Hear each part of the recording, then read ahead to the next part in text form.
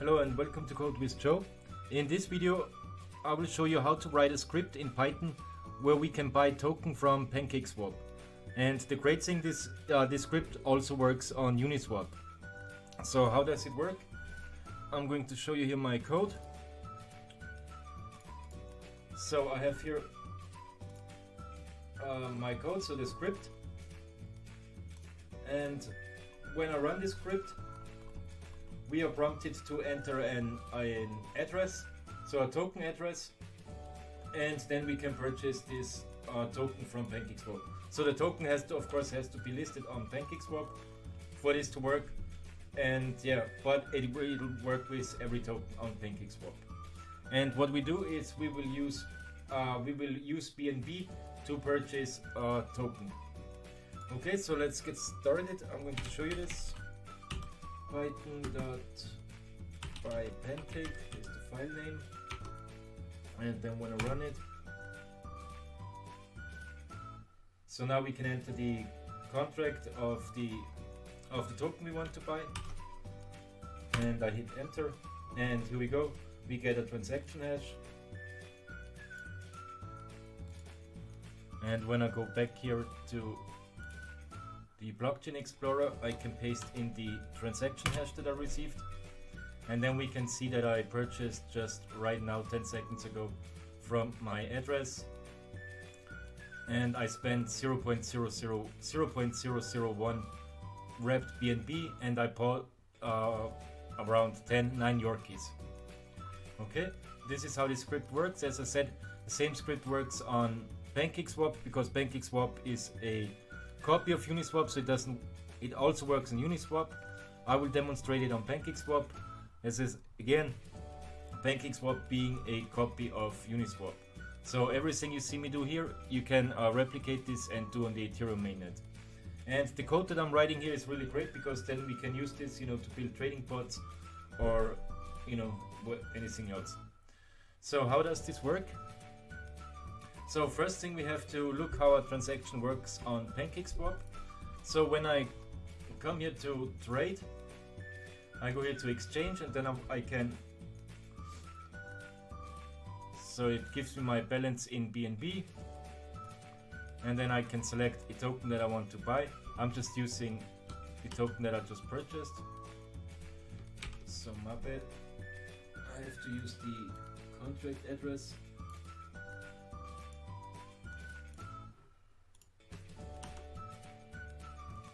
Okay, so no results were found to this token. This is strange. Well, let's just use a different token then.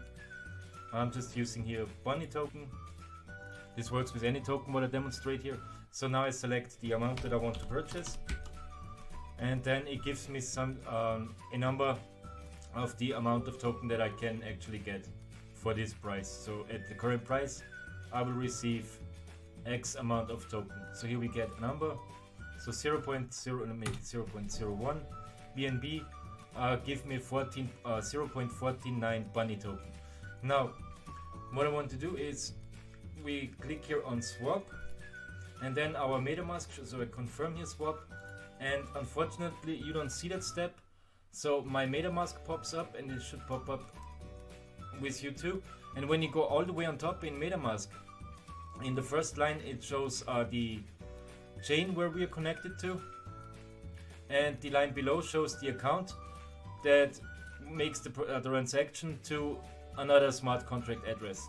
And the smart contract address should start with 0x10. We can just click on it, and then we can just reject the transaction here in Metamask. I dismiss this, and then I go back here to the Binance Chain Explorer, and I copy in this address here, the 0x10 address. This is the really important address here, and this is the Pancakeswap router address. So as you can see, whenever we do a trade, to purchase this token, we have to interact with the smart contract from Pancakeswap. And the smart contract looks like this. So we can go here to contract, and we can see here the contract of Pancakeswap. Then we can click here on read contract, and this gives us all the read functions. So it gives us a factory address, and it gives us the, in this case, again here, the code from Pancakeswap is a clone from Uniswap. So if you read here Uniswap, this, you cannot see this in the code. Let me see if we find here something from Uniswap, because the contract here was originally written for Uniswap, but as I said, this is exactly the same. Actually, they rewrote their contract, so this is actually for Pancakeswap. It was written originally for Pancakeswap. Anyways, but this code, yeah, my bad. Now here it says Uniswap library contracts. Yeah, I was right. So originally it was written for Uniswap, but Uniswap, Pancakeswap being a copy of Uniswap, you know, it works here on Pancakeswap.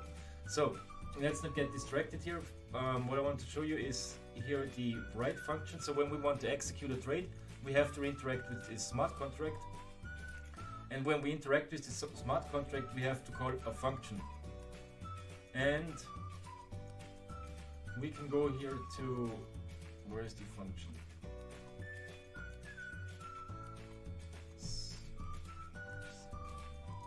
So when we buy token, we call this for when we buy token, we call this function. So we enter swap exec ETH for tokens. This is my bad. This one is the correct one. Swap exec ETH for token. Yeah. So it says you swap exec ETH for token. Again, you know, being a copy Ethereum, it works the same way on Binance. So and we enter here. Here it says BNB. Here it says ETH, but we can just enter BNB. So what we want to do, we want to swap exact ETH for token. So let's say we want to swap 0.01 BNB. Then we should get some amount of token. So this is just an approximate amount. Then we have to route this transaction to this wrapped BNB address.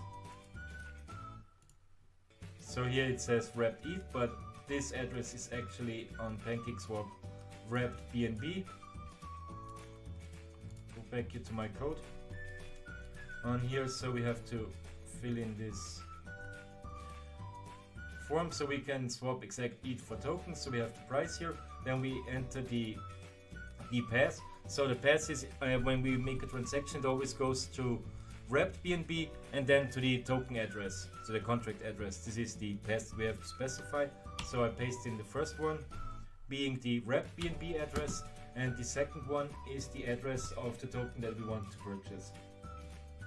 And I copy this one in here as well. Then we can specify here in the script where we want to send those tokens. So actually user A can purchase token for user B and send it to them. So we could specify this, but usually in Pancakeswap, when we purchase the token, we purchase it from our address and the token goes back to our address. So I'm going to copy here my address and paste it in here. And this is the last thing that we need, is the deadline. So this is when the transaction expires. So in some case the transaction gets stuck, then we have to specify a deadline before the transaction gets reverted. And we can use some epoch time. I don't know, what is epoch, current epoch? Something is 165. Hopefully this works. But as I just seen, I'm not connected to Web3, so I have to enter everything again.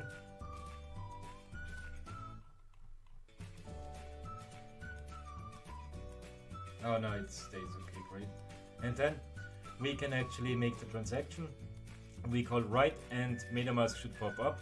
And if we didn't make any errors, is Metamask not popping up? We are connected. How come my Metamask is not popping up? So let me enter here the amount out, minimum 0. Okay, now it pops up.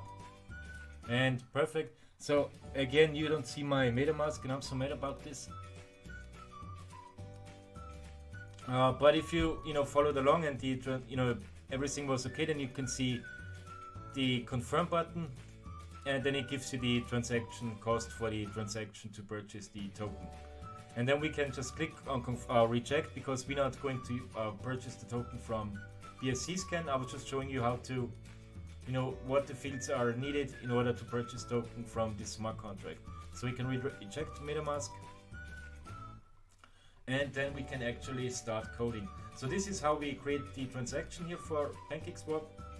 And now we get here to, let me code this. So I'm having here my script, and I'm going to delete everything.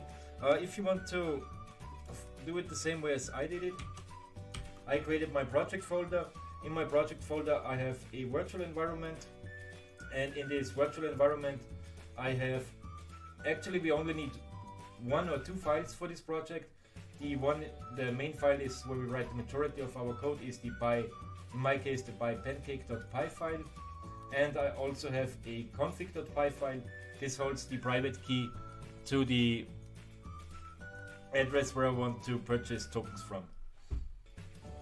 And once you have set it up the same way as me, then we have to install one library. This is the web3 library, and we can install it with pip install web3. And once this is done, then we're actually ready to rock and roll. What web3 is basically a glue between our script and the blockchain. So we call, when we write functions in our script, we call it through the web3 library, and then it's being executed on the blockchain.